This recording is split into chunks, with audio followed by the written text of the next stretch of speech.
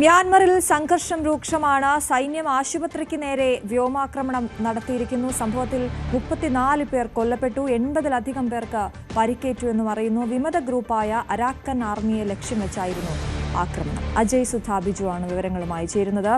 Ajay, good morning. നമുക്ക് അറിയാൻ സാധിക്കുന്നത് ഈ അരാക്കൻ ആർമിയുടെ അധീനതയിലുള്ള സ്ഥലമാണ് ഈ ആക്രമിക്കപ്പെട്ടതെന്ന് അറിയുന്നു. ഒപ്പം ഈ ഭരണകൂടത്തിന്റെ എന്തെങ്കിലും പ്രതികരണം ലഭ്യമായിട്ടുണ്ടോ? നിലവിൽ സൈന്യം ഈ ഒരു ആക്രമണത്തിൽ വിശദീകരണം നൽകിയിട്ടില്ല. അവർ ഈ മേഖലയിൽ കഴിഞ്ഞ കുറച്ച് ദിവസങ്ങളായി ആക്രമണം തുടരുകയായിരുന്നു.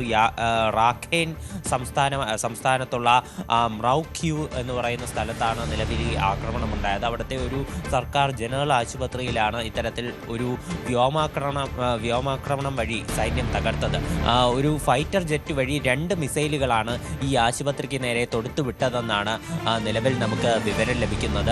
10 പേർ സംഭവ സ്ഥലത്ത് വെച്ച് തന്നെ കൊല്ലപ്പെട്ടു. മറ്റുള്ളവർ ചികിത്സയിലിരിക്കെയാണ് മരണപ്പെട്ടത്. നിലവിൽ മരണസംഖ്യ 34 കടന്നിട്ടുണ്ട് എന്നാണ് വിവരം ലഭിക്കുന്നത്.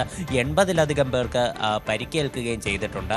2021 മ്യാൻമറിൽ പട്ടാള ഭരണം ഏർപ്പെടുത്തുന്നത്. അതിനുശേഷം നടന്ന ഏറ്റവും വലിയ ഒരു ആക്രമണം തന്നെയാണിത്. UN ഉൾപ്പെടെ മ്യാൻമറിലെ സാഹചര്യത്തിൽ ആശങ്ക പ്രകടിപ്പിച്ചിരുന്നു.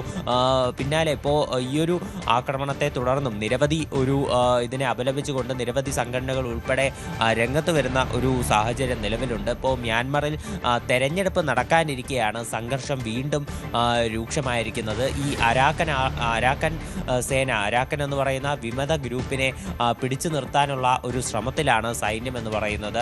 എന്നാൽ സൈന്യം സാധാരണക്കാരായിട്ടുള്ള ജനങ്ങളെ ചൂഷണം ചെയ്യുകയാണെന്നും ആളുകളുടെ അവകാശങ്ങളെ അടിച്ചമർത്തുകയാണെന്നും പറഞ്ഞുകൊണ്ടാണ് ഈ അരാക്കൻ ആർമി പ്രധാനമായിട്ടും പ്രതിഷേധവും അതുപോലെ തന്നെ ഒളിച്ചിരുന്നുകൊണ്ടുള്ള ആക്രമണങ്ങളും എല്ലാം നടത്തുന്നത്. ഈ വരുന്ന ഡിസംബർ 28 മുതലാണ് മ്യാൻമറിൽ തെരഞ്ഞെടുപ്പ് നടക്കും എന്ന് പ്രഖ്യാപിച്ചിരുന്നത്. ഈ തെരഞ്ഞെടുപ്പിന് മുന്നോടിയായി തന്നെ അരാക്കൻ ആർമിയെ പൂർണ്ണമായിട്ടും ഇല്ലാതാക്കുമെന്നാണ് മ്യാൻമറിൻ്റെ ഔദ്യോഗിക സൈനിക വൃത്തങ്ങൾ വ്യക്തമാക്കിയിരുന്നത്.